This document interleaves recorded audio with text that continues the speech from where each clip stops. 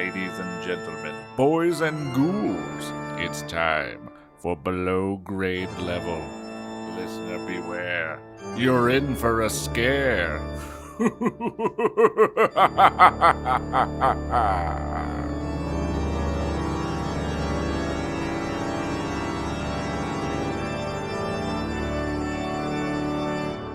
Hello and welcome to Below Grade Level, the show where we take the books that we read as children and read them as adults and ruin them. I'm one of your hosts, Jonathan Eaton, and with me as always are Bekah Eaton. Hello. And Chris Zaleski. Hello. How are you guys doing? Great. Good. Samesies. Good. Today, our special guest, our last minute special guest on today's episode is our good friend, John Nagle. Hi! How are you doing? I'm hanging in there, dude.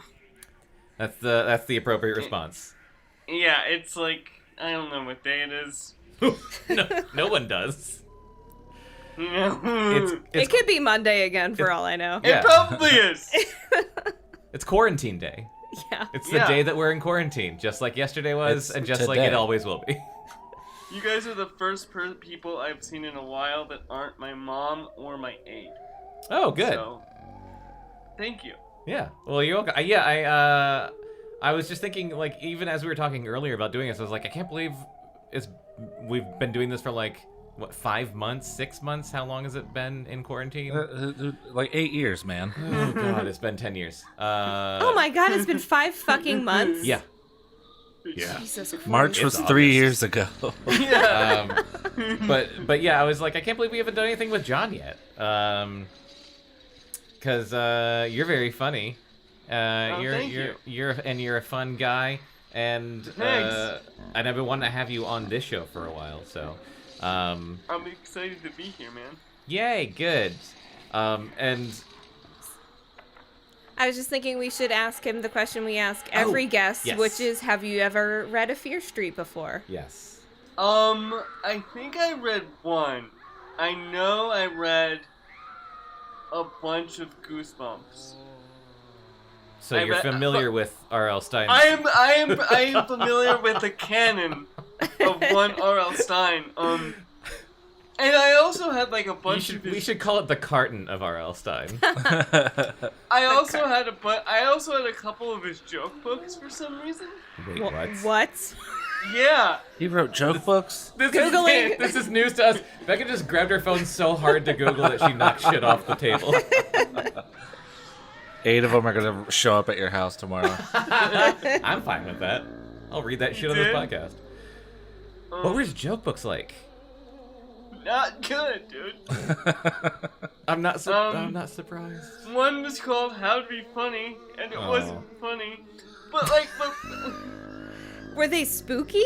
Or Yeah. just no, jokey? they were jokey. Well, because he wrote for Eureka's Castle. That's like on the back of Oh. every one of his books. He created it. The thing that I was most shocked by when I grew up was when I realized that R.L. Stine was a real person. And not Like, just like I just assumed it was Figment.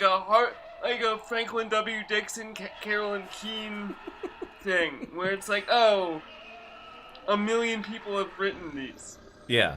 Well, that's the weird thing about R.L. Stine, and we've gotten into this before, but like the weird thing about R.L. Stine that's very different from like everything else that we've read is that like I don't think he had a ghostwriter. I think he wrote everything No. he did.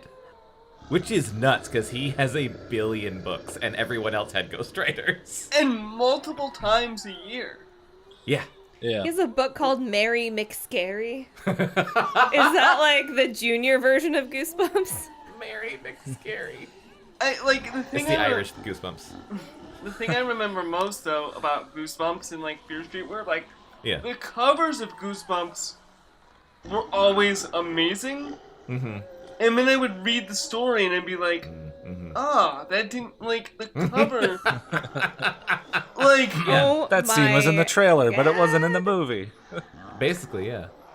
He has a joke book that's about computers. what Jovial year? Bob's computer joke book. I that's didn't have important. that one. I didn't have that one. I had, 1985. Oh no! That's way older than I thought it would Is be. $8 too much to spend on this? No. I had How to a Be card. Funny. How to be funny. I had Well, How to Be here's Funny. the thing, John. You learned how to be funny. You don't know this wasn't why. Yeah.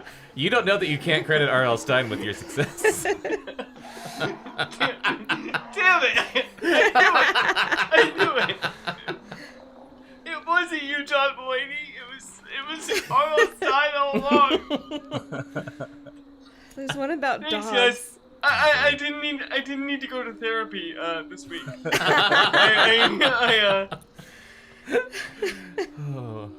But yeah, but I quickly grew out of Goosebumps when I realized that like nothing, like it didn't deliver. Yeah. Yeah, when you realize nothing happened in them. My last comment Okay. about the joke books. So it says Jovial Bob. Does R stand for Robert? Yes. Is his funny nickname for himself Jovial Jovial Bob? Bob? Yeah. Yep. I was just thinking, How lighthearted. is it Robert Louis Stein? Wow. Robert Laserstein. That's Well, awesome. you know how all the kids use the word jovial. Yeah, totally. It's a big Absolutely. buzzword. In the 30s. Okay, so yeah, you grew out of them. Fear Street. You have a vague recollection of Fear Street. They were like all in like one corner of the library. Like Yeah. Fear Street, Christopher Pike, Yeah. Oh, he keeps coming up on this show. We're gonna have to read him. a couple others, and they were always like, I never actually bought either Goosebumps, Fear Street, or Christopher Pike book. They were always like donated to you. Like Someone else was just saying that too. a friend of your mom with I an think older Kelly. a friend of your mom with an older kid would Yeah. be like, here, you know, He Andy's doesn't done read with these anymore. Andy's Yeah. done with these. Yeah. You know. That's where we got a bunch of our Babysitters Club books was Yes. from our slightly older Yeah. female neighbors. Yeah. Yeah, and I think that same thing. And then that and the Smith College book sale. I never bought any of these books new. Yeah. I remember one of those Scholastic book fairs, and I bought a book because it had a cat on it. And in retrospect, it was a weird book to buy because it was about a cat during Blitzkrieg. I think it was called Blitzcat or something like that. I don't think I ever read it. Blitzcat was my punk band in college. Blitzcat. Blitzcat. That's, Alright, I'm looking up that's Blitzcat. amazing, and I want Holy to shit. yeah, I would read that book. I don't know if I've told. I feel like I've told this story before on one of our podcasts, but it just reminds me of my comic that I made called Hitler Kitty. I made a comic about a cat who accidentally time travels back to Germany in the World War II, and meets Hitler, and then Hitler adopts the cat and changes his ways, and it's a joke. I feel like that's not necessary to say, but. I was at I think SPX, a comic convention one year selling books, and I had Hitler Kitty on display, and a very old gentleman came up, and I don't think he even picked it up. I think he just looked at it, and all he said to me was, you know, when I was a kid, there were two types of people who had tattoos. Biker dudes, and then Jewish people. And I was like, Oh. all right. Like Yikes. high-roaded, I guess. Like, I don't know. Like, It was a sobering moment for sure. yeah, I'm just like, you didn't even look at it, man. It's a joke. It's about keeping that from happening. I think. Oh man. But anyway, we should get Yeah. into the book. Okay, so Fear Street. We are finishing Fear Street #1, The New Girl. To briefly recap what has happened so far and what happened last time. Just showing you the cover of Yeah, Blitzcat. Blitzcat. Holy Yeah. shit, that's a book. Show them. Here's the book, guys. It's called Blitzcat. Blitzcat. I was like, kitty. Look at that cat. You were like, Kitty. Now look, You what's on his... It says Lord... What? Lord Gort? Lord Gort? What does that say? Lord Gort. It says something on his name Yeah, tag. that's what it says. Right? Maybe that was his name. Lord Gort. Blitzcat. Lord Gort. So, last time... The Angelical cat. Fear screams. Our main character, Corey, who is a gymnast, is in love with a girl named Anna, who is probably a ghost. His best friend Lisa is definitely in love with him, and he's an idiot and doesn't know it. So far, throughout the book, has mostly just been Corey being obsessed with Anna, people telling Corey that Anna's dead, Corey continuing to be obsessed with Anna, trying to find out more about her other than the fact that she's dead, and all he keeps coming up with is that she's dead. Then Anna made out with him so hard that he bled, and he liked it a lot and wanted to make out with her again. Last time on Fear Street, let's see. Lisa asked Corey to the dance. He said yes. Then Anna asked Corey to the dance, and he said no, because Lisa had already asked him. And then Lisa found a, brutally murdered dead cat in her locker with a note that said, "You're dead too," which was spooky. Then they went to the dance, got to a gigantic fight about Anna at the dance, obviously, because I'm pretty sure at the dance Corey was just like, "Hey, Lisa, do you think Anna's okay?" Just did that bullshit. Lisa ran off. Corey heard a scream, went to go find out what it was. Lisa had been pushed down the steps by who they assume is Brad, Anna's brother. They tried to search around the school for him. Some hijinks ensued. And then the last time we left off on a cliffhanger, they were cornered by a man. Who is Brad? I'm hoping for a Chinatown ending. Sorry, Lisa, it's Fear Street. Brad's her sister and her brother. Your sister, your brother. That's all I remember from that movie.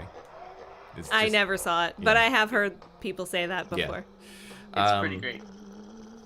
So, we start with chapter 19. Brad stepped back into the darkness, but they had already seen his face. You know, the round, weird face that Corey kept describing how weird and round it was. Oh, yeah, maybe it's a mask. Oh. That would be weird. Yeah, All right. it would be. Okay. Surprisingly, he looked more frightened than they did. Maybe he had just seen a ghost, his sister.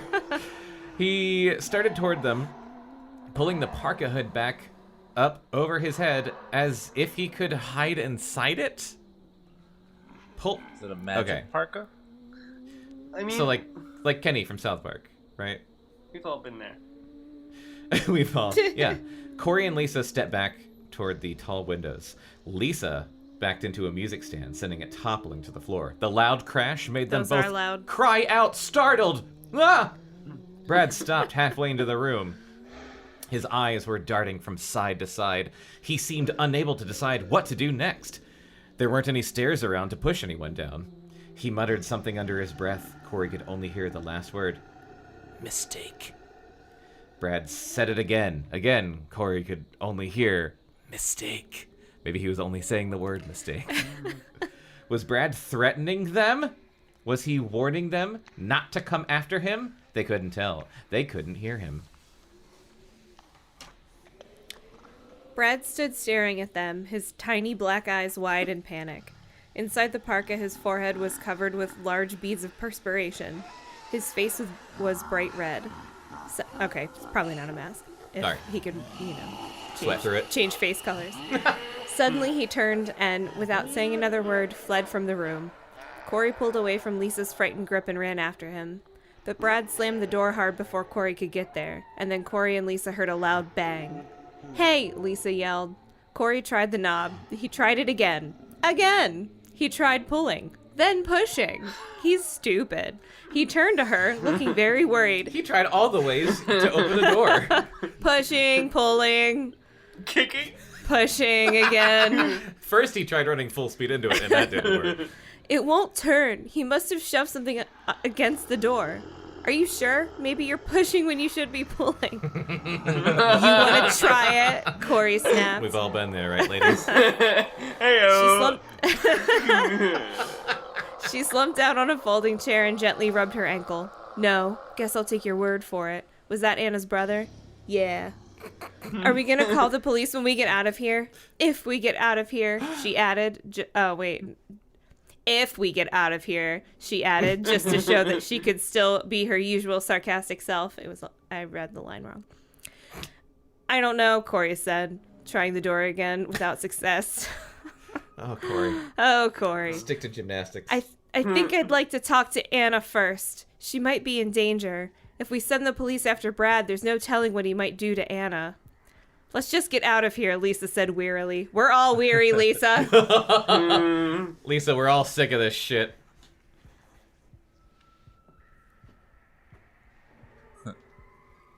How are we... Oh, I know. Call Harwood. He and that girl are probably still making out across the hall, right? Oh, that was the wrong voice. Corey shrugged. He put his face against the door and yelled, Oh, I Hey, forgot. Harwood, let us out of here. Harwood. No response. He tried again, louder. Still no reply. Oh, how stupid, babe, Lisa said. Stop yelling. No one can hear. This is the music room. Everything is soundproof, babe. Corey stood staring at the doorknob for a few seconds. Then he turned, ran to the window, and pulled up the metal blinds. I was The gonna room say, looked down doesn't the on room student have a parking window? lot. Yeah. So, It was a clear night. The rows of cars reflected the bright parking lot pole lights. Hey, look! Corey yelled. The page moved. Brad was running to a small car on the edge of the lot. Corey watched him climb into the car and speed away, his tires squealing on the asphalt. Man, that guy runs fast if he was already at his car. Right? Jesus. Come on, let's get out of here, Corey said. He unlocked one of the windows and pulled it all the way open. But we're 2 stories up, babe. Lisa protested.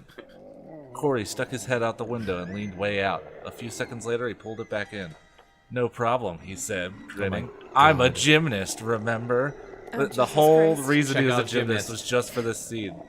R.L. Stine started with this scene and Gymnast then can't wrote fly. the rest of the book. What if he's like, don't worry, I'm a gymnast, thud. that's my new opening line on Bumble and Tinder. I'm a gymnast. I'm a gymnast, remember? Oh my god. Uh-oh, babe. I don't like that smile on your face. Are you going into your Tarzan act now, babe? Yeah, he said, scratching himself and nodding his head like Tarzan's chimp, because the chimp's known Nods for his nodding. head? Sure? Sure. I thought chimps were known for smoking cigarettes. Mr. Teeny. Well, I don't exactly feel like Jane, Lisa said, wincing in pain as she tried to put weight on her ankle. No problem. I'll come back for you, Corey said. What are you gonna do? There's a 3-inch ledge that runs under the windows. I'm gonna walk that ledge to the sycamore tree, then climb down onto that extending branch, then slide down the trunk. Dude, you just thought this up? Like, you've been planning this. Yeah. Maybe we should just stay here until they open school Monday morning, Lisa said. Thanks for the encouragement, Corey said, looking down at the narrow granite ledge. We He could wants to make out with you for a weekend, Corey. Come on, dude. And what, piss in the trash can together? Yeah, it's hot. They can make sweet Some- music together. Some people are into water sports, Becca. I don't know what to tell you. Oh, God. We could sit back, relax, and watch my ankle swell. Lisa suggested, hobbling over to the window, taking Corey's hand and pulling it back from the window. Dude, you said window twice. No problem, Corey told her, pulling away. He lifted a leg over the window and started to ease himself out onto the ledge. Really, no problem. I could do this blindfolded. Lisa moved away from the window, plopped down into a chair, and put her ankle up on the attached desk. She couldn't bear to watch. Corey had both feet on the ledge now. He was still holding on to the bottom window frame. He looked to his left. He had to move like 10 feet or so, and then he would be at the tree. He carefully looked around so that he was facing the window. He took a sideways step. Hey, it's slippery! Oh great, Lisa called, rubbing her sore ankle. Get back in here. Riveting. Oh my god. Yeah, riveting. Oh shit. No, wait, we're doing Nicolas Cage for him, kind of. No, I'm yeah. out of here. He said, but he didn't sound quite as confident as he had a few seconds before. He had to let go of the window frame to take a second step. That meant he was now pressing against the solid brick. Moving slowly, carefully, his palms pressed against the brick wall, he took another sideways step, then another. To his dismay, the ledge suddenly narrowed. He had to stand on tiptoe to stay on it. but standing on tiptoe made it harder to balance. Obviously. Riveting! That one does. He realized he'd been holding his breath the whole time. He exhaled and took a deep breath. He turned his head and he looked back over his shoulder at the tree. The tree seemed farther away than it had from inside the building, and as he edged himself closer, he realized that the branch he planned to climb on wasn't as close to the ledge as it had originally appeared. In fact, it was at least 4 feet away, maybe farther. Maybe, he thought, this was a bad plan. He was just realizing that he'd never be able to reach the tree branch when his right foot slid off the slippery ledge and he started to fall. I'm going to go ahead and just do this next one. Okay. It's Chapter 20! Using his gymnastic reflexes like a gymnastic cat, Corey reached up as he started to drop and grabbed the ledge as he would a parallel bar. He missed. That's exactly how he would grab one, because Yeah. he seems to be really fucking bad at gymnastics. I was going to say, he's not that great. His hand slid off the wet stone ledge and he continued to... Was it raining? What? No, no. He continued to drop, his body sliding straight down against the brick wall. Ugh. God. He got road rash from the wall. Hey! His feet hit a ledge on the first floor, and instinctively, he dived forward, falling through an open window. He landed hard on his hands and knees on a wood floor. It took him what seemed forever to catch his breath. What? Then he slowly got up to his knees and looked around the dark room. He recognized it immediately. He'd fallen into the wood shop. I'll have to think, whoever left that window open, he said aloud to himself. He stood up and stretched and tested his body. Penis still there. He seemed okay, except that he still had that feeling that he was falling.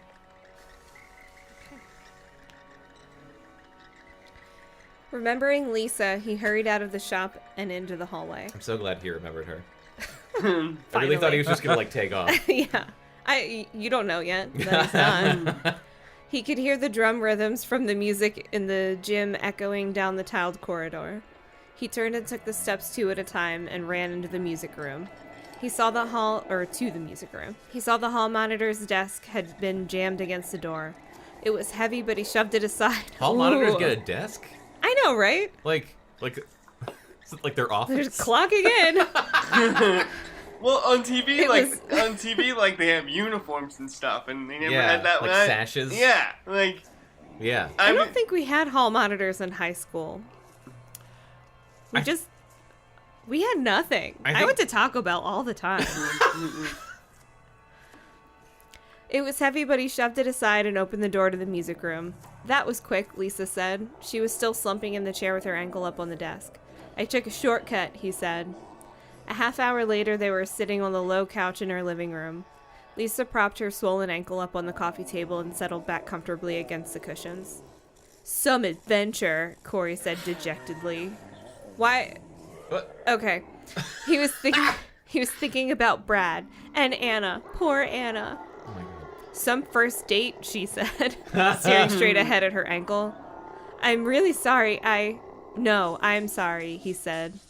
She leaned forward suddenly and started to kiss him. A soft, tentative kiss. About goddamn time. The phone beside the couch rang. They both jumped back. She picked it up quickly, pushing her hair away from her face with her free hand. I thought it was going to be like, she ripped the phone cord out of the wall. No interruptions. Hello? She heard breathing at the other end. Hello? Hello? Who is it? Corey asked her. She shrugged. Hello? More breathing. Harsh, rhythmic breathing. Meant to sound threatening. Oh, I fucked something up. Oh no. What did I do? What happened? I don't know. What'd you do? went back a page. I fucked it up. There we go. There we go. There. Oh, it's very Why are you jumpy. doing this to me, babe? Lisa cried. The phone went dead. Lisa tossed down the receiver. Her hands were shaking, but she looked more angry than frightened. This has got to stop, babe, she cried. Corey moved across the couch, intending to comfort her, but she pulled away from him. We've got to call the police, babe, Lisa said. I know. I'm sorry. Just let me dude, talk to like- Hannah first. I'll go see her first thing in the morning. But Brad will be there, won't he, babe? I don't care. I'm not afraid of Brad. I'll get to Anna, and I'll make Anna tell me what's going on. And I'll tell Anna that we have no choice. We have to steal the Declaration of Independence. We have to report Brad to the police. Ouch. She dropped back down to the couch and started rubbing her ankle. Hey, some date. I really know how to show a guy a good time, don't I, babe? What? Stop apologizing, Lisa. Lisa. Jesus fucking Christ. Lisa, come on. Have some self-respect. At least it wasn't boring, he said, forcing a laugh. Ha ha ha ha ha ha ha ha ha. He got up and started for the door. Sure you'll be okay? I just realized I just sound like Milhouse's dad. Oh my god. Can I borrow a feeling? Will you lend me a jar of love? I should have worn my mask. I know. Yeah, sure. Call me right after you talk to her tomorrow. You hear, babe? Right. Don't worry. Good luck tomorrow.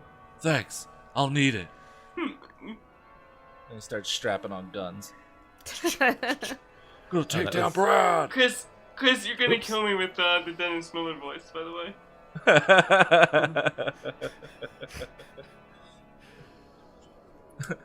It's like referencing the annexation of Puerto Rico, babe. You didn't think I would get that, babe?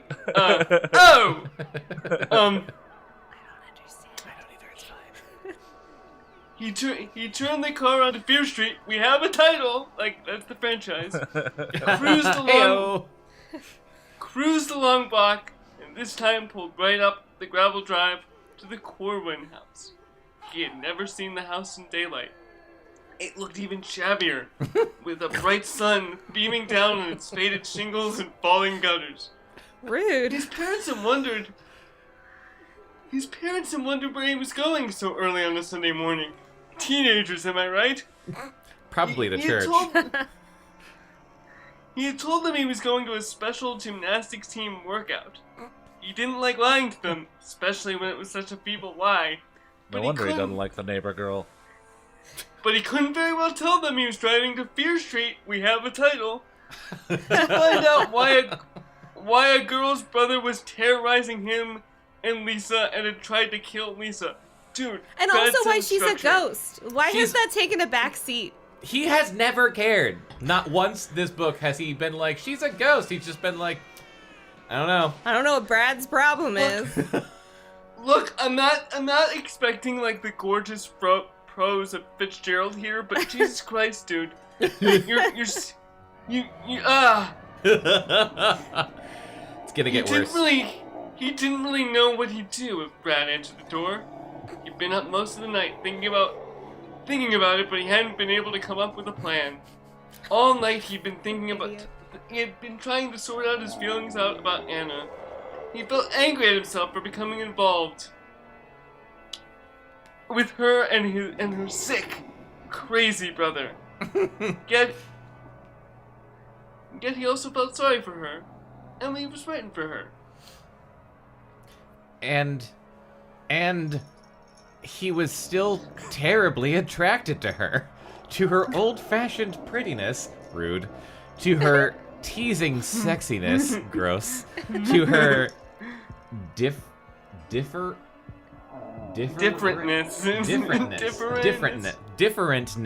Is that a word? Differentness. Sure. She's different. It's a Stineism. She's a ghost. That's an insult. If you say that about someone, like, she's different. That's not good. All these weeks he had spent thinking of nothing but Anna, and still, to this very moment, she was a complete mystery to him. Well, no more. He was about to unravel the mystery. Am I right? All of the mysteries. Am I right? He wasn't going to leave until his every question was answered. He knocked loudly on the door. No response. He waited a while, ignoring the pounding in his chest and the impulse to run as far from this house as he could. He raised his fist and pounded again. Silence. He knocked again, harder, then again. He waited. There wasn't a sound inside the house. This is the page where he knocks. I am the one who knocks, he said. More angry than disappointed, Corey turned and started back to the car. Yes. Morning! It was the strange neighbor. He was leaning on the hood of Corey's car. He was wearing the same rain slicker and white tennis hat, even though it was bright sunny morning. Voltaire, the big Doberman, was at his side. Corey jumped back, then was relieved to see that the dog was on a leash. "Don't ever see you much in the daytime," the man said, grinning at Corey. Not exactly a friendly grin, but a more pleasant expression than Corey had ever seen on him. Guess not, Corey said, slowly walking to the car. They're not home, the man said, pointing to the house. Left early this morning. Oh, Corey said, know where they went? The man seemed offended by the question. I'm no snoop, he said curtly. You seem to know a lot about them, Corey said. The man looked at him thoughtfully. Can't help but notice some things when you're a neighbor, he said finally. It's not creepy at all. Yeah. You seem like an all right young man. The compliment startled Corey. And me. Thanks. That's why I can't understand you're coming to visit them, he said pointedly. The dog barked. Okay, Voltaire. The man pulled himself up from Corey's car. Was he on it? I wasn't paying attention. I think he was leaning on it. Be seeing you, he said, giving Corey a wave as if they were old friends, and then trotted off to keep up with his pulling dog. Not if I see you first, Corey said under his breath. What does that mean? I don't know. Fucking ask him what he just meant by visiting them. Neither the old guy nor his dog seemed as threatening in the daytime, though. Just a snoopy neighbor out walking his dog day and night, trying to see what he can learn about the neighborhood. They're ghosts. Well, Corey had learned absolutely nothing. He took Obviously. one last... yeah. That's the summary of this book. Corey learned absolutely nothing. Despite repeatedly being told. He took one last look at the old house, then dejectedly got back into his car. He had spent the whole night going over and over what he was going to say, and now there was no one to say any of it to. He spent the afternoon trying to do some homework. He was terribly behind. He called the Corwins' house every half hour. I love that, like, he thought long and hard about his plan, and he came up with, like, I'm just gonna go over there. Yeah. I'll he figure didn't it think out. Oops, I didn't. He had no idea what to do if Brad answered the door, but he thought of what one thing to say to Anna, maybe. Yeah. All right. I'm going to find What out was answers. it? Like, How? she answers the door, and he's just like, sit on my face! And tell me that you need me. There was no one home all day or all evening. The next morning, feeling nervous and out of sorts, he drove to school early and waited by Anna's locker for her to show up, but she hadn't arrived when the bell rang, and he went to his homeroom, disappointed again. He didn't catch up with her until after school. Then he ran into her by accident outside the biology lab. An important detail, maybe? Or a useless throwaway? She looked for a moment as if she didn't recognize him. Then her expression changed, and she gave him a warm smile. Corey, hi. I've got to talk to you. I can't. I've got to go home and... He grabbed her arm. He wasn't sure why. He wasn't sure what he planned to do. Yes, we've been over this. He just knew he wasn't going to let her get away. No, you're coming with me. I've got to talk to you. I'll take you home after. She didn't resist. She could see that he was serious, that he wouldn't take no for an answer. He The led her best to his quality in car a in man. silence, Yeah. pulling her as if she were a captive, not letting go of her hand, as if she might slip away and disappear into thin air if he didn't hold on. He drove to the Division Street Mall. She played with the radio, pushing the buttons in order, listening to a station for 10 seconds, then moving on to the next. All An important Beatles. detail, or needless as hell. At the pizza oven, which is in capitals, so I'm assuming it's a chain. Not just I'm like interested a in what pizza their oven. menu entails. Not just like the pizza oven in town. But He guided the her to a restaurant. booth in the back. Ooh, they have booths. Ooh. She slid in across from him, smiling uneasily, her eyes darting nervously to the front of the long, narrow restaurant if Brad found out she was in a pizza place. It was quiet. Only a few booths were filled. Most of the after-school crowd hadn't arrived yet. A waitress slouched over to them, cracking cracking her bubblegum noisily because she's a waitress, am I right? Corey ordered 2 Cokes. Then he turned to Anna and took her hand. Tell me the truth about you. And about Brad, he said, staring into her deep blue, mysteriously opaque eyes. I want to know what's going on. Everything. Her milky glaucoma eyes. question him. Like a corpse's eyes.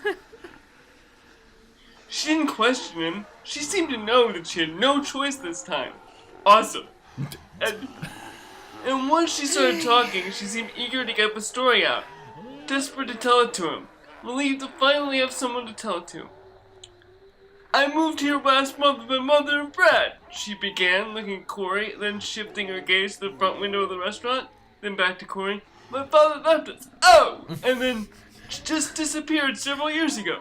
My mother is not well. She's very frail. Brad has always been the head of the family. Oh! What? About a... It's Andrew Dice Clay. I took Chris's lead. About a year ago, she continued. Oh my god. About a year ago, she continued, talking rapidly in her soft voice. Oh, something terrible happened to Brad. He was in love with a girl named Emily. Emily was killed in the plane crash. She sat on a tuffet. Oh, it was just awful. And Brad never recovered from the shock. Oh. Plane crash? What do you mean? Corey asked. What do you mean? He lost his grip on reality. He just couldn't take Emily's death. Oh! For a while, Emily was still alive. We had a sister. Her name was Willa. Willa was a year older than me. Oh! She looked like me, but she was really beautiful. She was the true beauty of the family. After Emily died, Brad was very protective of Willa. And me. He got very crazy. Very mixed up. He started... Oh, God, what?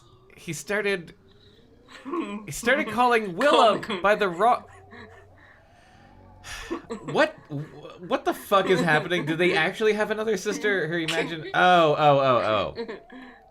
I am confused. Okay, I was also confused. They had a sister named Willa, and Brad started imagining that Willa was Emily. Is Emily the dead one? Who's the dead one. Who he was in love with and died in a plane crash. Gross. Sister?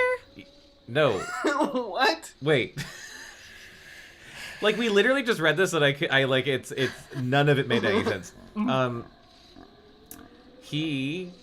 Brad was...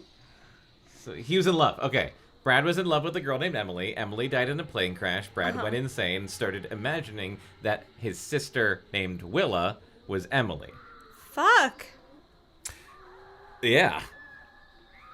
Okay. He got very crazy. Oh, I'm gonna keep doing this. Very mixed up.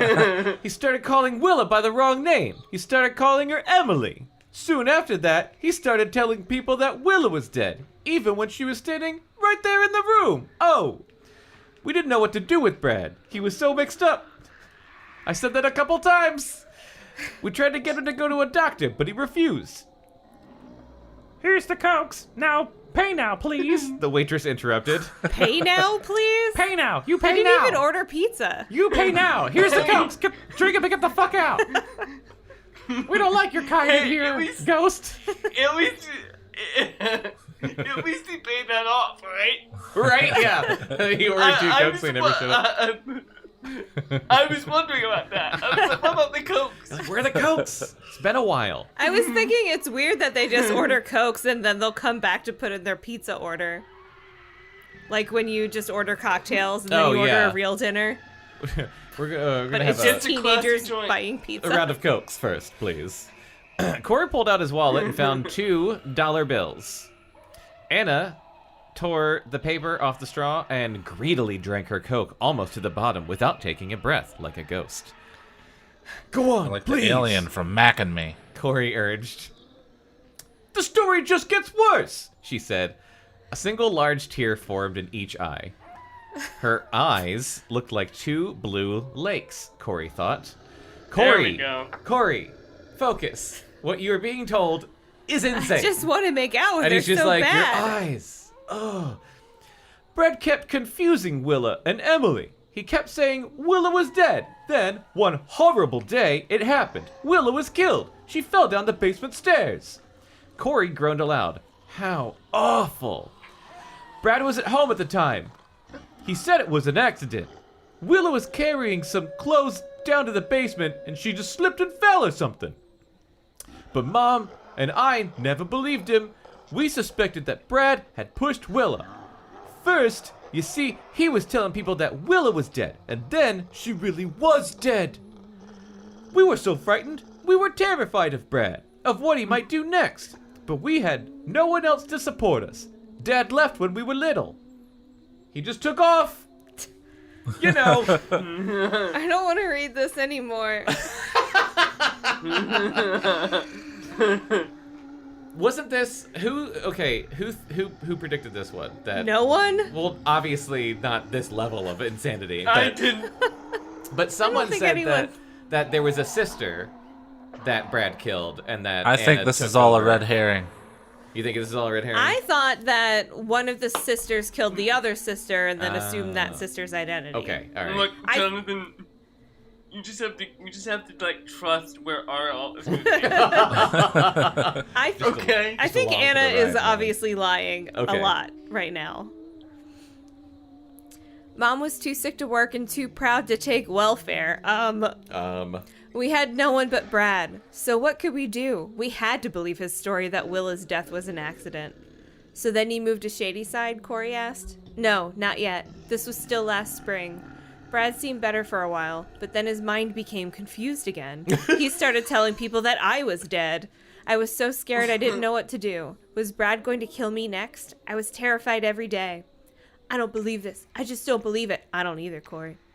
Corey said, Neither, Corey. offering her his Coke since she had finished hers. She took a long sip. Somehow Mom got the strength And then to insist threw that up. we move. We moved here to Shadyside. We hoped the new surroundings would help snap Brad out of his shock, his confusion. Why would you move to the scariest street in town? Our To brother shock went him out of insane. it. Yeah. With more spooky things? Let's move next to the burned out mansion Yeah. where the ghosts live. It's called immersion Series is called therapy. Fear Street. Immersion therapy. Fuck.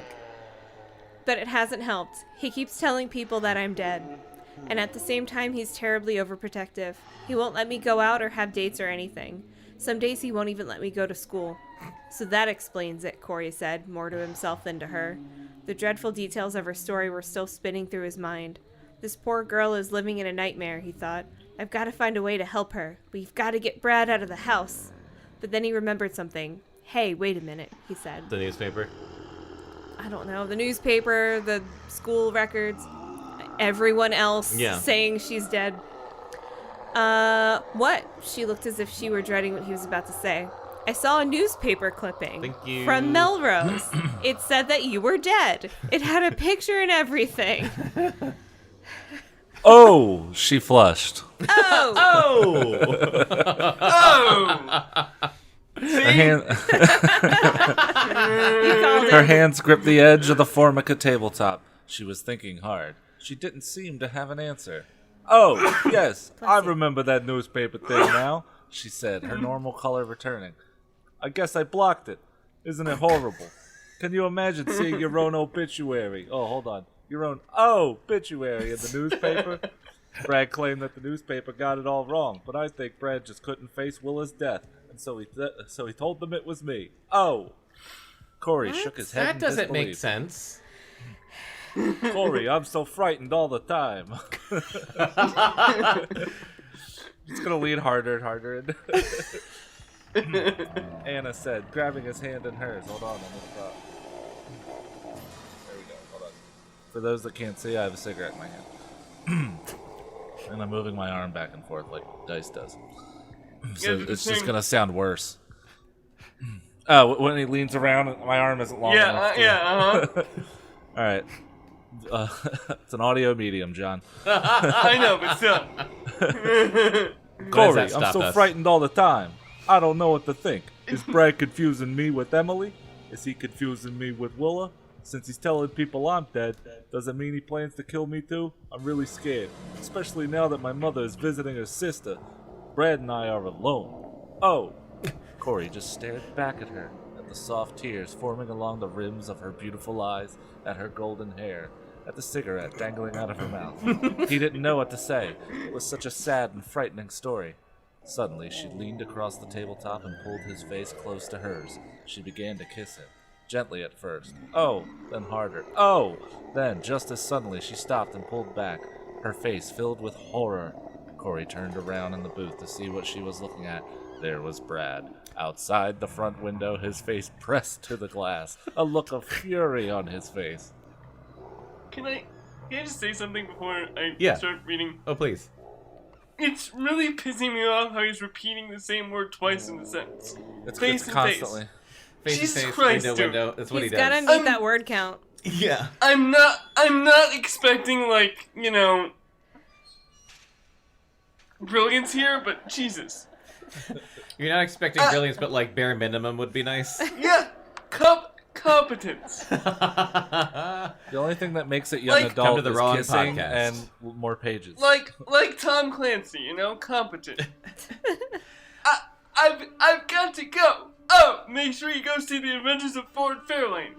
Anna said, her face filled with panic. She leapt from the booth and disappeared out the back door of the restaurant. Wait, is it in a mall? Yep. Yes. Okay. So I'm not in... Corey turned to the front. Brad hadn't moved from the window. He was staring straight ahead at Corey, his face frozen in hatred, in rage. Do you want me to read that? Yeah. Chapter 22. He tried to call Lisa as soon as he got home, but she was out with her family. Then, after dinner, he tried to call Anna. The phone rang and rang. He let it ring 20 times. He counted the rings. Then, his head normal. spinning with frightening images. Images of Brad's furious face. Images of Anna's fear and her leather jacket. Images of Anna falling down endless basement stairs. He hung up. He tried 5 minutes later, and then 5 minutes after that. Letting the phone rings 20 times each call. Dude, let it go. Dude. Speaking as a passed. sad boy, like Bekah and Kelly referred to him as a sad boy in the last episode. As a sad boy, wearing a Phoebe fucking Bridgers shirt right now, I feel you. Let it go. What if something had happened to her? What if Brad, in his rage, he loves that word, seeing them together in the restaurant, had done something to her? No. He couldn't allow himself to think that, but he had to. Brad had already killed once, or so Anna believed. Who is to say that he couldn't kill again? You know what I was just Why thinking? didn't they move to a rancher? I miss the character of Arnie. That's who I Oh, miss. yeah. I miss Arnie. We need more Arnie. We in need this more book. Arnie. Standing with his red face pressed against the restaurant window, his eyes bugging out, his mouth twisted in fury, Brad had certainly looked like someone who could kill. See, she's definitely the killer. Yes. She's Willa. She killed her sister Anna. Ah. She took over Anna, and Brad's like, she's a fucking killer. And Brad- Don't get close to her because she's a killer. Ah. He's trying to protect everyone, Yeah. probably. I think. I think you're right. And he's like, Anna's dead because Anna's dead. This is Willa, This is the Willa. crazy. Yeah. killer you're, girl. You're totally right. You've I got better it. be. They're twin sisters. Sure. That's why her picture was in the paper. Oh yeah. Yeah. She Twin did say sisters. that. Well, everything she just said was a lie, but Yeah. she said that they look similar. Twin sisters. Yeah. Okay. All right. Or Corey. close enough.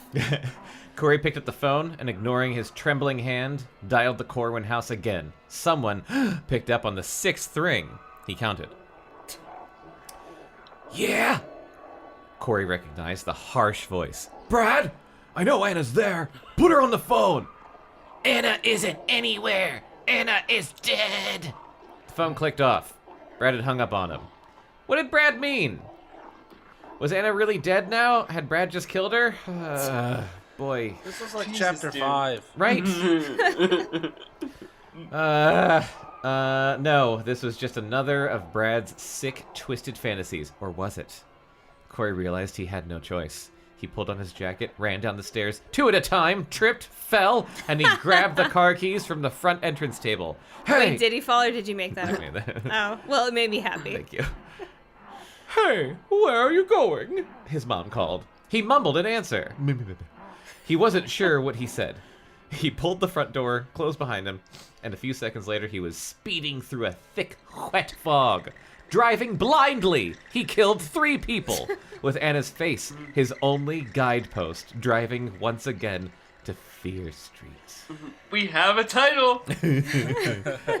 Anna, be alive, he said to himself. Please, be alive, be alive, be alive, be alive, be alive. The windshield wipers, clearing the wet fog from the glass, clicked the rhythm to his words.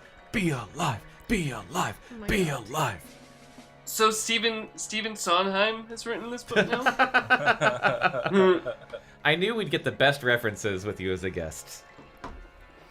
It's all I have, dude. Where am I? The right side? Yeah. Okay. The drive seemed to take hours. Finally, he pulled up the long gravel drive to the Corwin house and squealed to a stop. Not turning off the engine or the lights, he threw open the car door and ran up to the porch. He stopped at the front door, raised his hand and knocked, and heard a loud scream. A scream of anger, of fury. He's come for me! Let me go!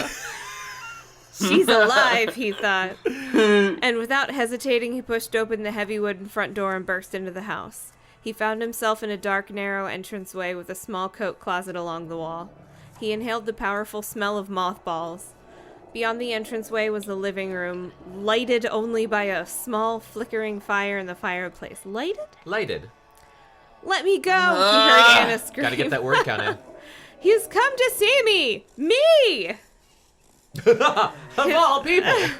His heart, not you, Brad! His heart pounding, Corey ran into the living room. There on the floor in front of the fireplace, Anna and Brad appeared to be locked in a desperate fight. She was sitting on his chest, struggling to remove his arms from around her waist so that she could stand up. She managed to pin his arms down, but Brad reached up a hand and pushed under her chin until her head was snapped back.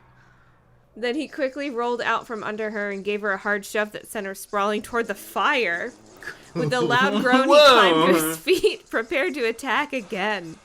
Corey hurtled across the room, his arms outstretched, ready to help Anna any way he could. Dude, you're a gymnast. Oh, wait. Did I do that right? Bless you. Thank you. Yeah, no, yep, I think Is that right? Okay.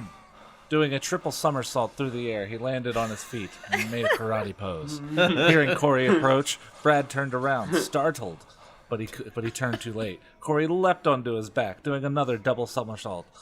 Corey drove a fist into Brad's side, and both of them fell to the floor and began wrestling to get the advantage. Oh, Corey, you're here! Anna cried, recovering and moving away from the fire. Brad swung around, trying to land a punch in Corey's midsection, but Corey scrambled away and the punch went wild. Get out of here! Brad shouted, saliva dripping down his chin like a good actor, his small eyes wild with rage. You don't know what you're doing. You don't want to be here. Too late, Corey cried. He lowered his head and rammed it into Brad's chest. Like a Brad goat. cried out and staggered backward. Oh, help me, Corey, please, help me. Anna was shrieking from the corner of the room. She was holding her hands over her ears as if trying to shut out a deafening sound. But Corey and Brad were scuffling in silence now. Brad was soft and not very powerful, but he was bigger than Corey and seemed to be more experienced at fighting. He spun Corey around and shoved him hard into the wall. Dazed, Corey dropped to all fours and tried to shake it off, but Brad leapt quickly onto his back and began pulling his head back. What? Jesus. My neck! You're going to break my neck! My back! My pussy and my crack! Corey screamed. But his cries made Brad pull back even harder. Yeah, it did. Alright. More experience in fighting. Just say inexperienced fighter. Fuck, go to journalism school. Help me, Corey! Oh, help me! Anna continued to scream, wedging herself tightly in the corner of the room. Still pulling Corey's head back, Brad lifted Corey to his feet. Corey struggled to breathe. Help him! He realized he was about to Right? go under, about to lose consciousness. The pain made it so hard to move, so hard to think. Somehow he grabbed a vase off the table beside the couch, because of course there is. Yeah. It was heavy and nearly slipped from his hand, but with one last burst of strength, he brought the vase down hard over Brad's head. Brad's eyes shut tightly from the pain. He uttered a short cry. He uttered a short... I lost my place. Where is it? Oh, sorry.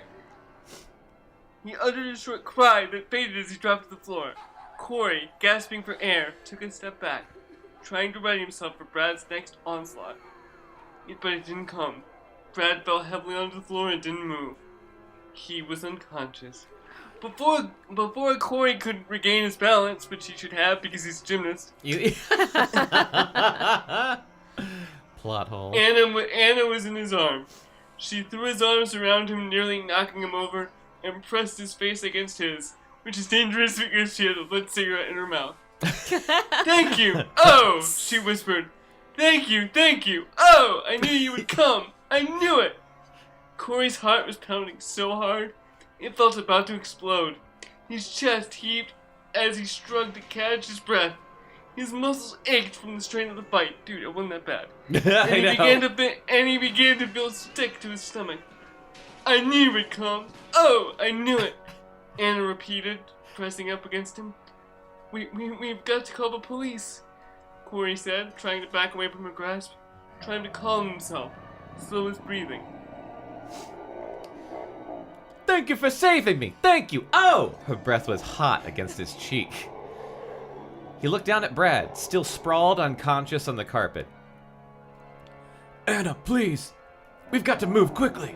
Brad won't be out for long! Corey pleaded. He wasn't sure Anna was hearing him. We've got to get you away from here. We've got to make sure you're safe from him. Yes! She whispered. Yes! She took his hands and started to pull him toward the stairway in the front hall. Come with me, Corey. We're alone now. He can't bother us. She kissed his cheek, his forehead, his pussy, and his crack. She gave him a devilish look.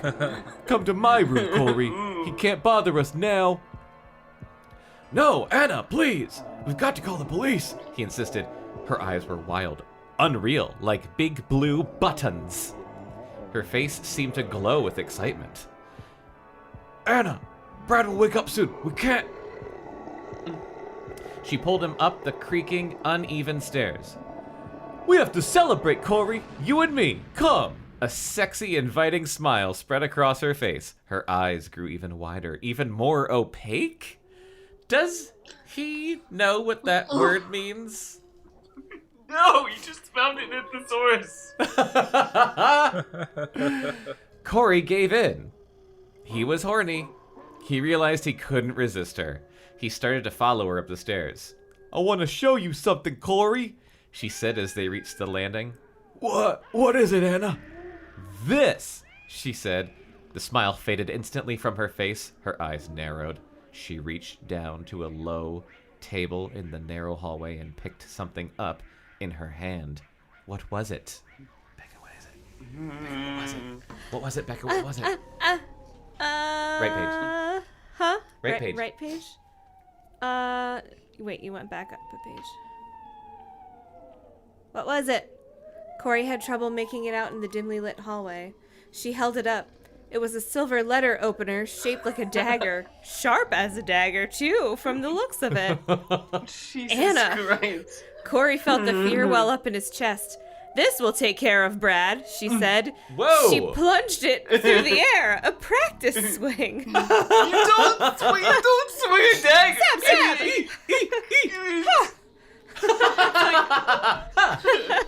It's a downward motion, Robert. No, Corey yelled. I won't let you. I won't let anyone stand in my way, she said. Not even you. She raised the letter opener above her head. She moved toward him, brandishing it like a knife. It sounds like. It's a knife. It is literally a knife.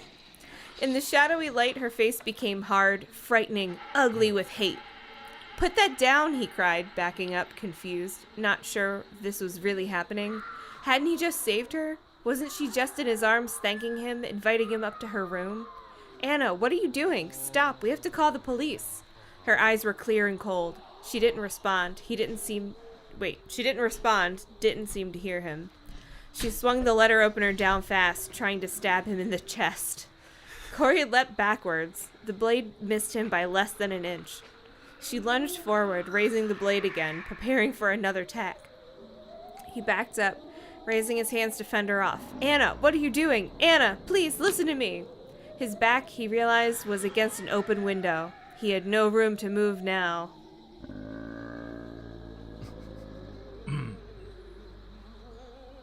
She moved quickly forward, thrusting the silver blade in front of her.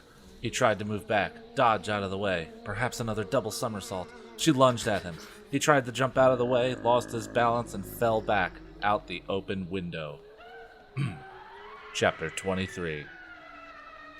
It was as if it were happening in slow motion.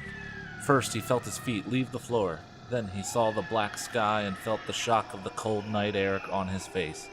Then he knew he was falling backward, falling down, head first. Instinctively, his legs bent. He caught them around the windowsill. He was a gymnast after all, he told himself. I did not ad-lib it, but it said. He had skills, he just had to use them. Why else did he train all these years to become Batman? He had to use them, or die. The backs of his knees hit the windowsill. He clamped his legs tightly and held on. Then he swung himself up, using the strong stomach muscles he had developed through the years of practice. Why didn't he use his skills the last time he went out a window? I know, the last time I went out a window, he was just like, whoopsie daisy, and like fell.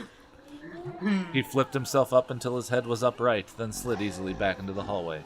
Anna hadn't moved. She stood in the hallway. Okay, so what just happened was Anna tried to stab him. He fell backwards out a window, caught himself with on the same window? with his knees, and then just like whooped back into the window. And so she's just standing there like this, holding a letter opener, like, what the fuck? Like, what Can I just say, happened? I'm like really entertained with the fact that like R.L. Stine is treating a letter opener like it's a broadsword. She gripped it with both hands and swung mightily. All right, here we go. Well, it's a short-ass chapter. Read both sides. No, it's not Open. me. Oh. Sorry, It's me. where- It's Oh, me. it's- It's Chris. Oh, sorry. Yeah, sorry. It went from the other page. She stood in the hallway holding. The letter opener in front of her, staring blankly at the window, thinking about how she'd once sold out Madison Square Garden. Corey did a front flip. Dude. Corey did a front flip across the hallway and kicked the letter opener from her hands. What? What the fuck? Okay, so the shit that Chris was making up the last chapter is now just happening. Like, ha, hoo, ha. Wait, do I have powers? You do. They're bad. They're not good powers. He just saw Kickboxer 2 the day before.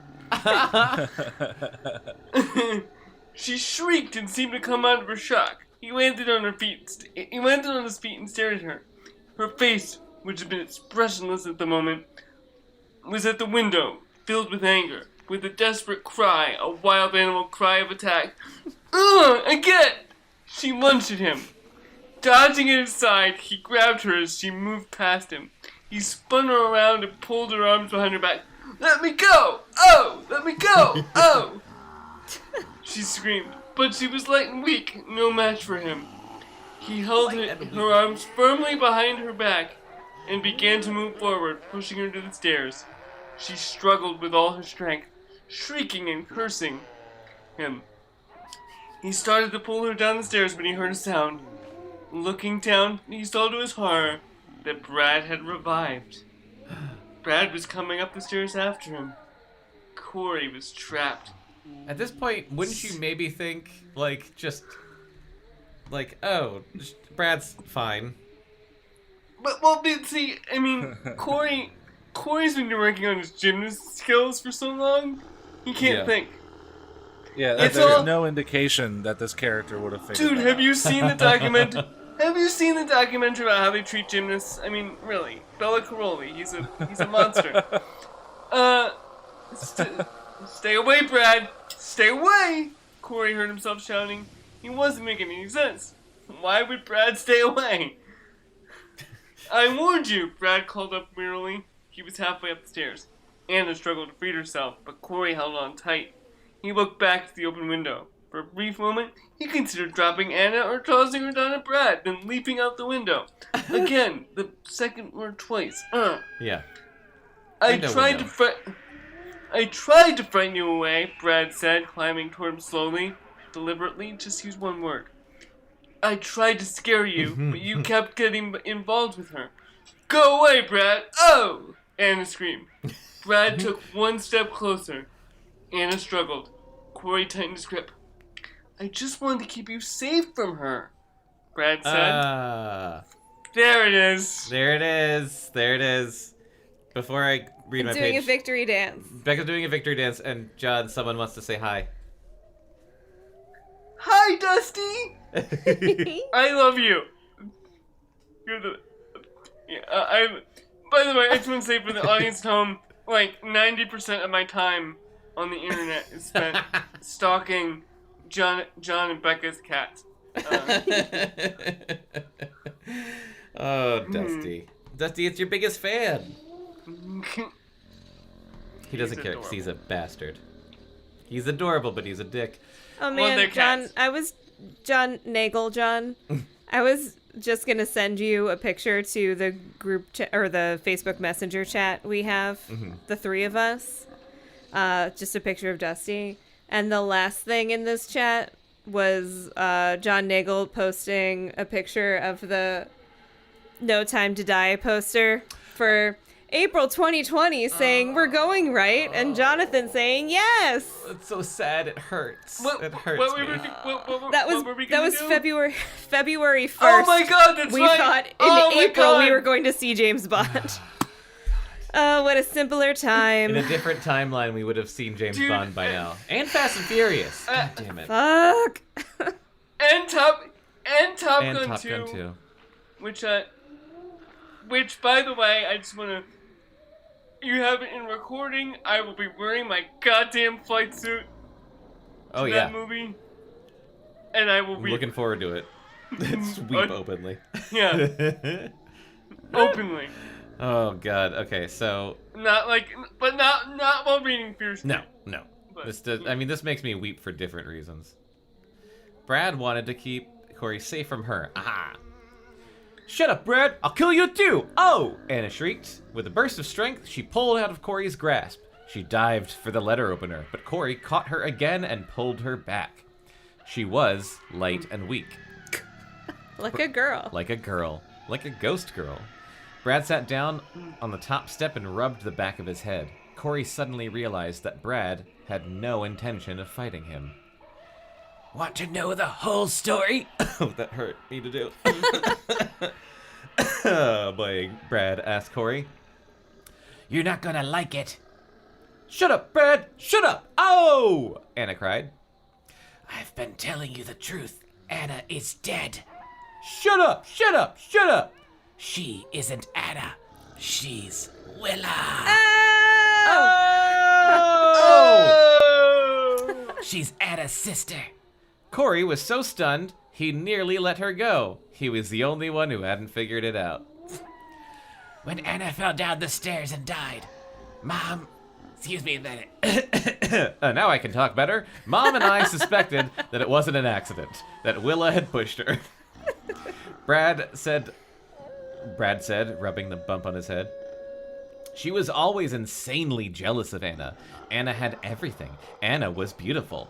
Anna had a million friends. Clearly Willow looks like shit. Like, he keeps talking about how she's the most beautiful girl he's ever seen. Yeah. All I can think about now is, like, remember that, like, early 2000s teen pop also ran Willa Ford? No. That Anyone? name sounds familiar. Willa Ford? Anyone? I want to be bad. Make it feel so good. Something, never thought I could. It's like ringing that vague bell where my brain is like, you heard it, but you forgot it. And I didn't. I am lonely and single. Anna was beautiful. She had a million friends. She got straight A's without having to study hard. Willa couldn't compete in any way, and Anna never let her forget it. Okay, Anna maybe had it coming. Well, that's pretty rude, I mean. Shut up, Brad! I mean it! Oh! But I couldn't prove that Willa had killed Anna, and Mom isn't well. She's not... Where the fuck is your mom? I knew she couldn't survive losing both of her daughters, so I never did anything about Willa. After Anna's so-called accident, Willa seemed to be okay. Brad continues, his voice soft and shaky, so soft Corey had to struggle to hear. Sorry, what? But I kept close watch over her. We moved here. I hoped the new surroundings would help us all forget about the tragedy of losing Anna. It was a stupid thing to hope for. You're correct. Shut up, Brad. You're stupid. You've always been stupid, Willa shrieked. Oh, I should have shrieked that. Good one. Good comeback. Still struggling to free herself from Corey's grasp. Like I said, Willa actually seemed okay once we moved here. Oh, sorry. I thought that was her yelling again. Brad told Corey, ignoring his sister's outburst. At least she acted perfectly normal at home. But when you started coming around asking for Anna, I began to suspect what Willa was doing. I noticed that she started to dress like Anna and talk like her. I tried to scare you away, Corey. I did my best to keep you from getting involved with her. I figured out that she was calling herself Anna at school, that she was trying to slip into Anna's identity. I'm going to kill you! Willa shrieked, her eyes on the letter opener. I knew I should have... Sorry, it said our internet was bad. I knew I should have gotten Willa professional help, Brad said sadly. Yep. But we just couldn't afford it. Well, You know, healthcare in this America. country is fucking What are you awful. gonna do? I was foolish. I should have done something for Willa. Anything. Your mom probably could have had a hand in it. Yeah, it seems like your mom did jack shit. Yeah. God damn it. I keep going to the next page. I'm going to kill... Wait, yes. I'm going to kill you too, Willa screamed. I'm going to kill you both! I know she's been making phone calls to you and to that girl who's your friend. I know she's been making all kinds of threats, leading you on, forcing you to meet her, drawing you into her web. To that girl who's your friend, but decidedly not your girlfriend. Yeah. I guess she can't help herself. Wait just a minute, Corey broke in. I have one little problem with your story, Brad. What about the other night at the dance? That wasn't Anna. I mean...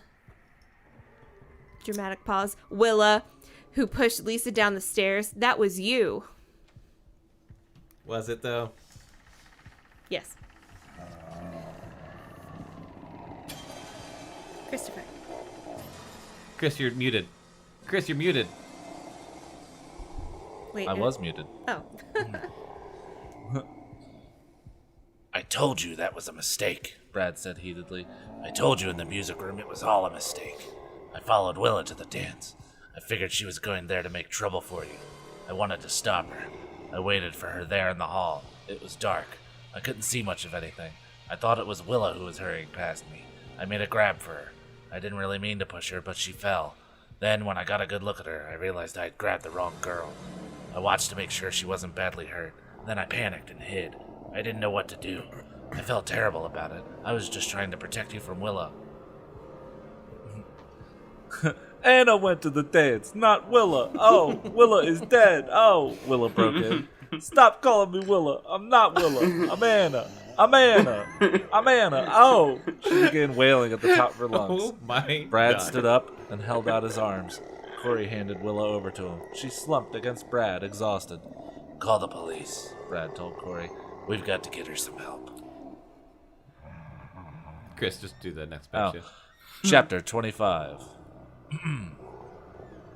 Corey, you've eaten half a chocolate cake, babe. Don't worry, I'll save you a slice. He cut himself another large chunk and slid it onto his plate. Like most epilogues, they're eating. He'd been starving ever since he'd left the Corwin's house. Lisa sat down next to him on the leather den couch and watched him eat. So that's the whole story? He swallowed a mouthful of icing. Yeah, that's all of it, he said, suddenly no longer feeling hungry. And I was right about the dead cat and the phone calls. It was all Anna. No, all Willa, he corrected her. But yeah, you were right. He frowned and put the plate on the coffee table.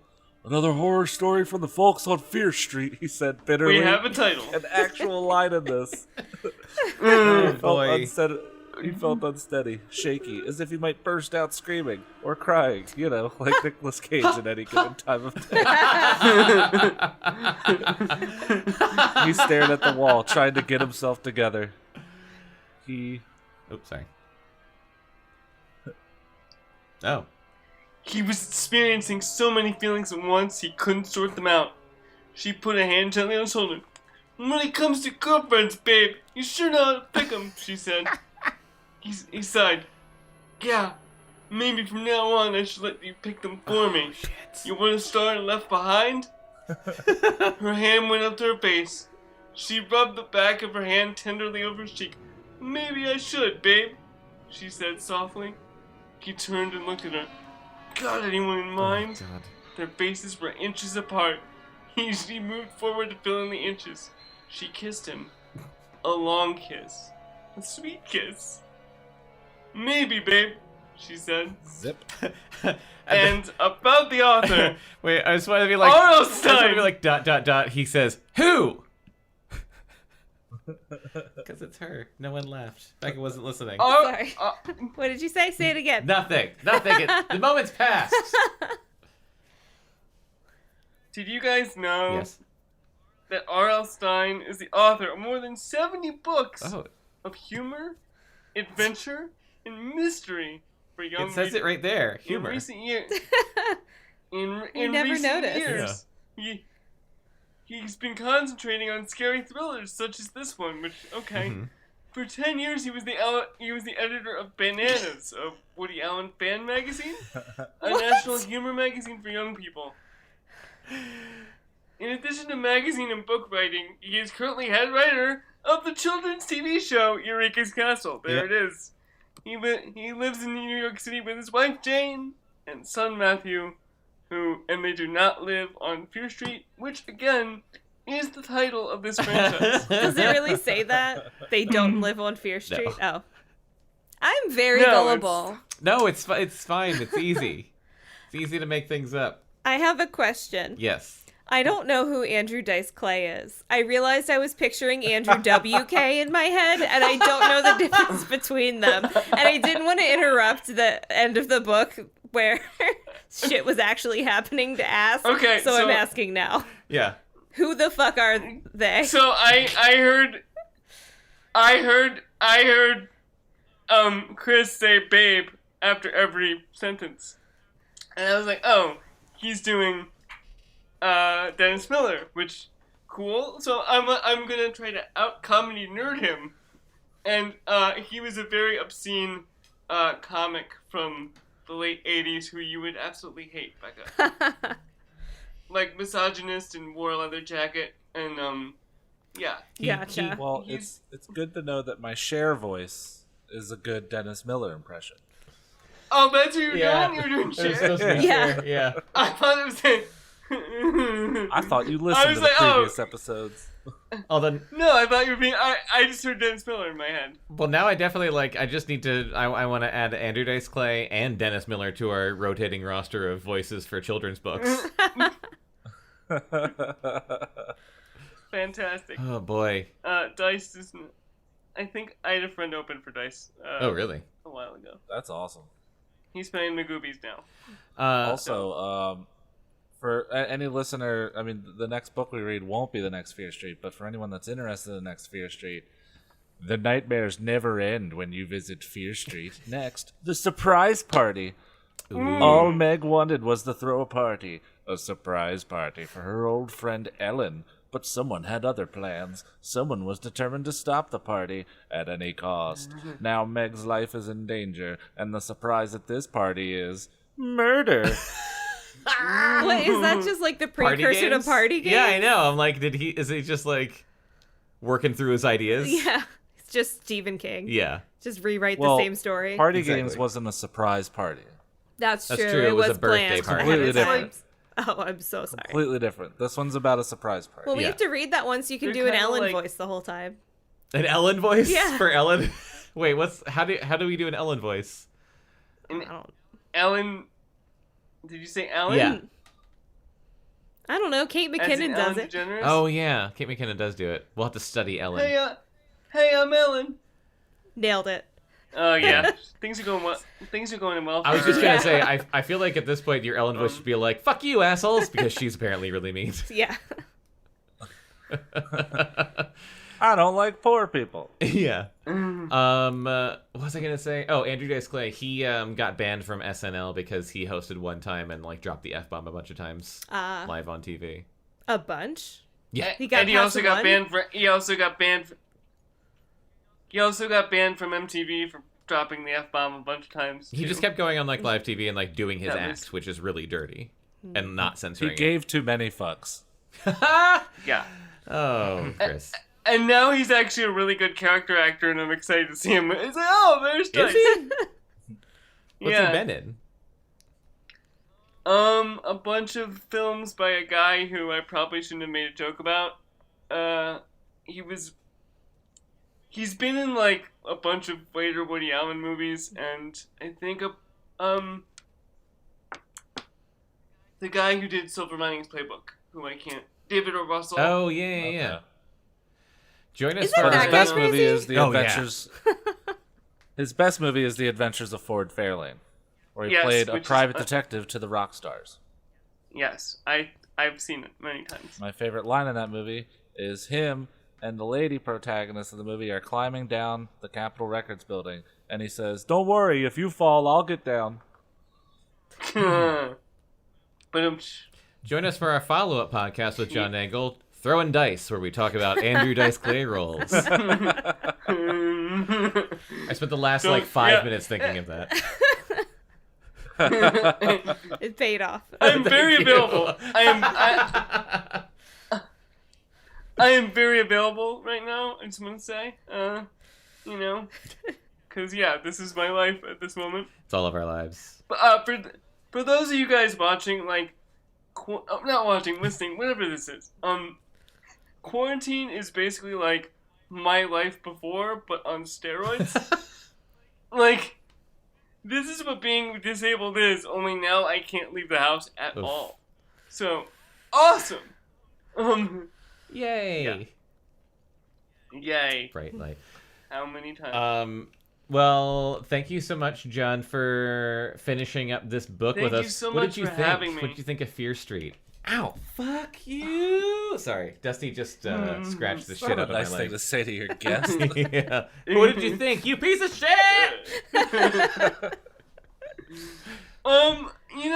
It's like I'm reminded like why I stopped reading his books because like the covers are great, Yeah, They are misleadingly and then you're like, good. oh, they are. based on this cover, this is going to be Yeah, awesome. like I'm in for a which spooky is how treat. Which is how I used to buy records. Like I bought the Iron Maiden record because I was like, "Oh, look at that," and that worked out just fine.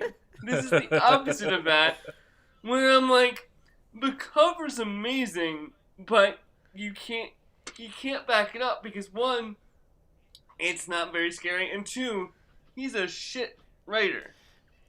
Yeah, then the And I'm not being snobby McSnobberson here. I just expect competency.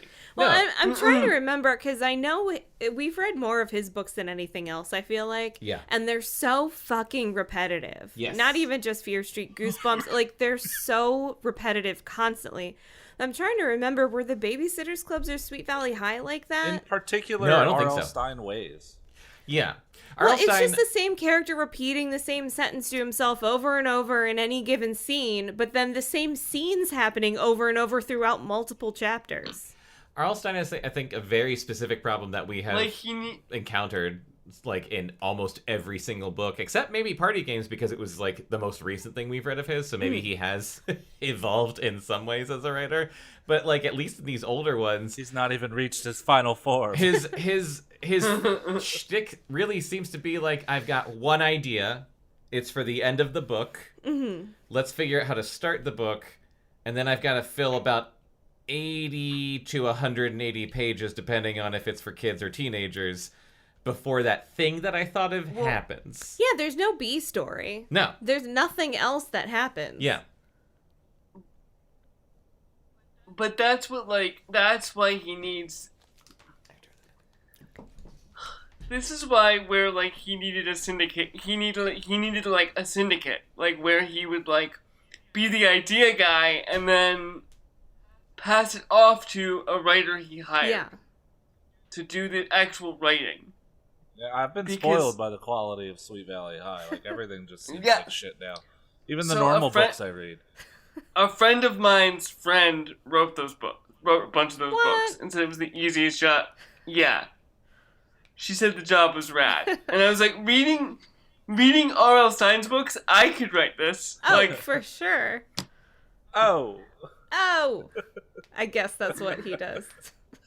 You'll have to look up some clips of him. I mean, it just sounds like I'll Jersey post Mike. it on. Yeah,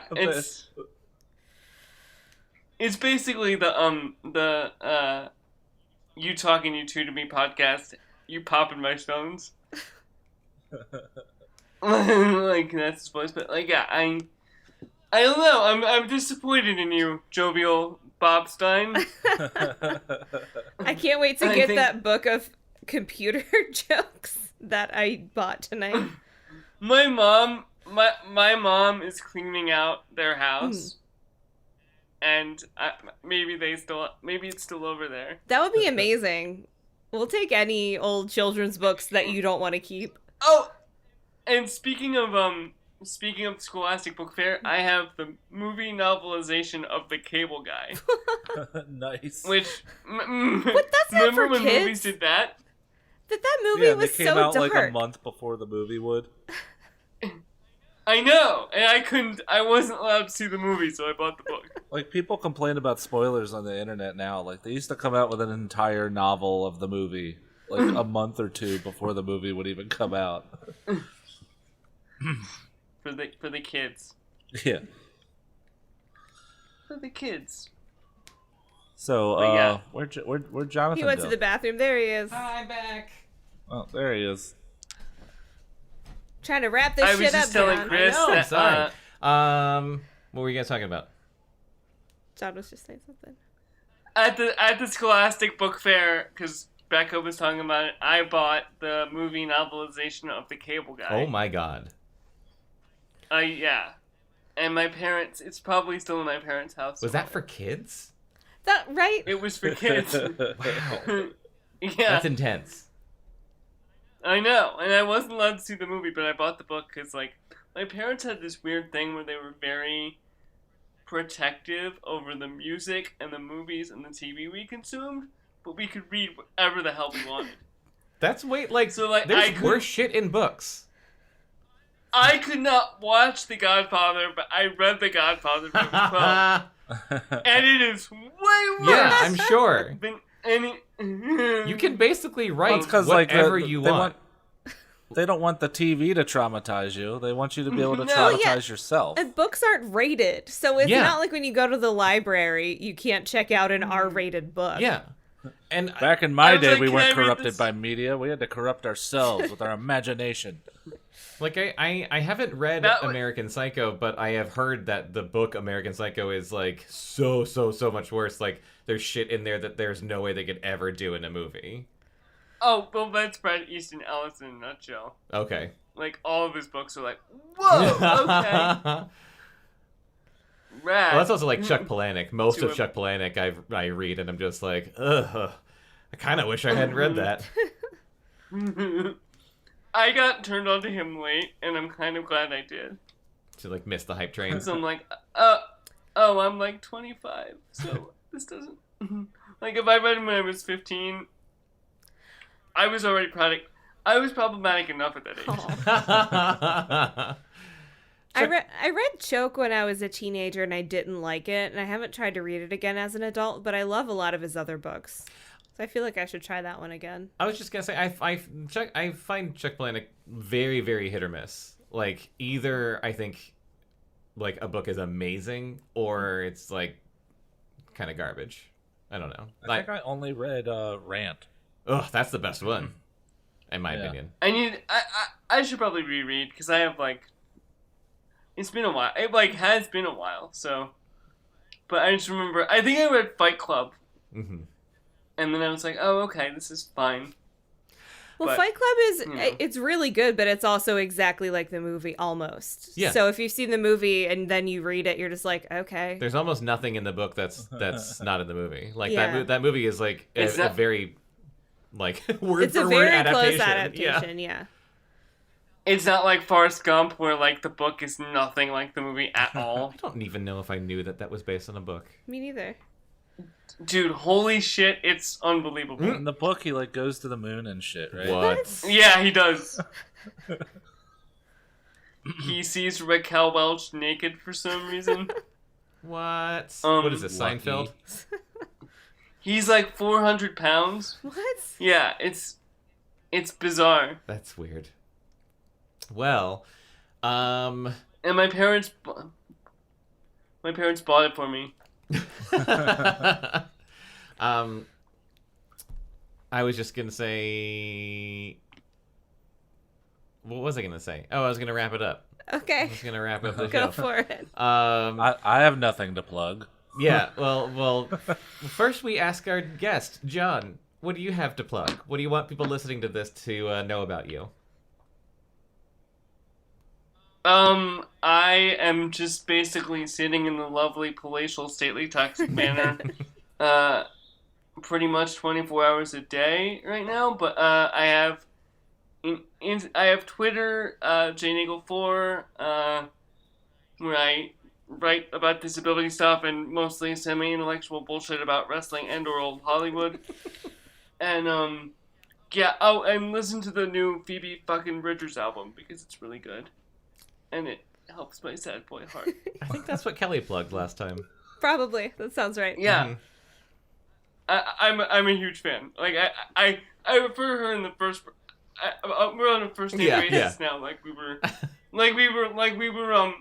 were football teammates at Yale or something. And whenever this pandemic bullshit is over and we can all go back out in public safely and do things like a normal society again, if you get a chance to catch John Nagle's stand-up act, go do it. 'Cause- Well, and also in the meantime, Yeah, he's oh. doing like webcast comedy shows. Oh, right. Zoom shows. Zoom Yeah. shows. Yeah, which by the way has really helped me out because like most of the places aren't accessible at all. As you know, Chris is a fellow stand-up. Yeah. So So check. Baltimore. Yeah. But yeah, check out John Nagle stand up. You can follow me and all the things at John Brack. And you can find my other podcast, CD Reads, where me and Kelly talk about romance novels, and we're recording new episodes soon, so we'll actually have some new stuff soon. Yay! Recording on Sunday. That's awesome. Yeah. And That is awesome. and me and Chris and our friend John Walker are recording more sketches next week for our show, The Sketchy Show, which I think John Walker is an Yay! unofficial host of now. And by the way, John Walker is also my podcast partner. Oh, right. On our Yeah. show. Oh, it's John. Oh, Ah! It's John. Full circle. And by the way, I also gave you an assist on the last one because I provided dangerous but worth the risk. Wait, what? Man, I gave you that rat song. Oh, yes, that's right. yeah. Yeah, on the last episode of the Sketchy Show, for the toilet fatheads commercial, I reached out to John to find music for it because I had a really specific thing in mind. Where I was like, all right, I'm doing this commercial where it's two boring people talking, and then if it was a commercial that you could see, imagine like the wall explodes and two cool guys like jump in and start screaming at them, and I Pro want like, wrestlers. They were pro wrestlers. They were pro wrestlers. And I was like, I want like badass like 80s hair metal, like wrestling type music, and you were just like, here's this rat song. Was it use this. instantaneous? Because that's what I'm picturing. It was instantaneous. He sent me, Yep. I think I said, I keep thinking of the song Round and Round, but I don't want to use it. And you were like, that song sucks, use this one. And I was like, it's perfect. It was amazing. Literally half of my pandemic in between waves of depression has been people being like, I really like that Round and Round song in the Geico commercial. And I'm like, it's the worst fucking song. Holy shit. That's great. Listen to Rat. They make me very happy. That's John's plug. Listen to Rat. They're great. And they're nice guys. go read my comics on Cactus Rodeo and dayjobcomic.com. I'll make new ones eventually. I'll make new ones sometime. That's fine. There's plenty. I love those, man. There's plenty of comics on there for you to read if you haven't read them. So that's our show. And come back next time. Next time on Below Grade Level, I believe... No, we definitely are, because I bought it. We're reading Babysitter's Club number 2, Claudia and the Phantom Phone Calls. Ah, I thought the next one was The Secret. That's the third one. The next Sweet Valley High one is The Secret. Oh. Sweet Valley High number 2 is called The Secret. Babysitter's Club number 3 is called Stacy's Secret. Oh, okay. Or like the problem with Stacy or something like that. The trouble with Stacy. Is that we the have to one talk where about Stacy? Is that the? That's the one where she reveals what's going on with her, Yeah. right?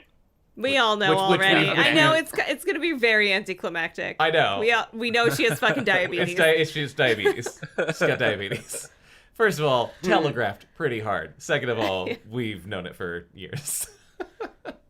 So, yeah. Thanks for listening. Dedicated to Wilford Brimley. R.I.P. Rest in power. Rest in power. Thanks for coming, John. And we'll have you on again for a better book, hopefully.